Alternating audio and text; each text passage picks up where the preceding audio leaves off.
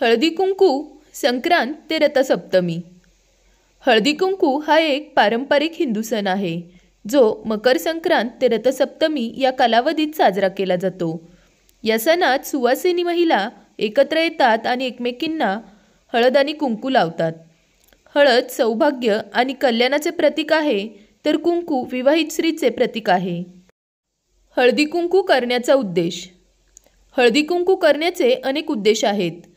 एक उद्देश हा आहे की सुवासिनी महिला एकमेकांना त्यांचे सौभाग्य आणि कल्याणासाठी शुभेच्छा देऊ शकतात।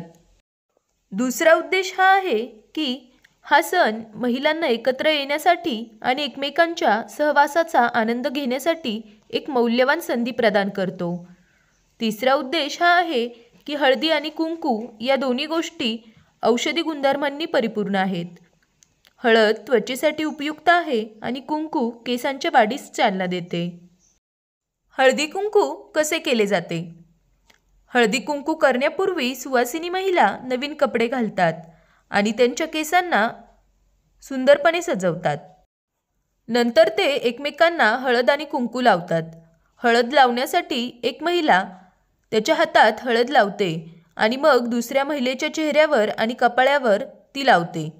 कुंकू लावण्यासाठी एक महिला त्याच्या हातात कुंकू लावते आणि मग दुसऱ्या महिलेच्या कपाळावर ती लावते।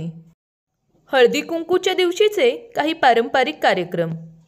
हळदी कुंकूच्या दिवशी काही पारंपरिक कार्यक्रम केले जातात। या कार्यक्रमांमध्ये खालील गोष्टींचा समावेश होतो: हळदी आणि कुंकूचे पूजन, नातेवाईक आणि मित्रांना हळदी कुंकू लावणे, एकमेकांना भेटवस्तू देणे, गाणी आणि नृत्य आणि हळदी कुंकूचे महत्त्व। हळदी कुंकू हा एक महत्त्वाचा हिंदू सण आहे जो सुवासिनी महिलांच्या आयुष्यात विशेष स्थान आहे। हा सण सौभाग्य, कल्याण आणि स्त्री शक्तीचा उत्सव आहे। हळदी कुंकूसाठी काही उखाणे। हळदी कुंकूच्या दिवशी सुवासिनी महिला एकमेकांना उखाणे म्हणतात। हे उखाणे हळदी कुंकवाच्या महत्त्वाचे आणि सुवासिनी महिलांच्या सौभाग्याबद्दलच्या भावना व्यक्त करतात। धन्यवाद। तिळगुळ घ्या, गोड गोड बोला।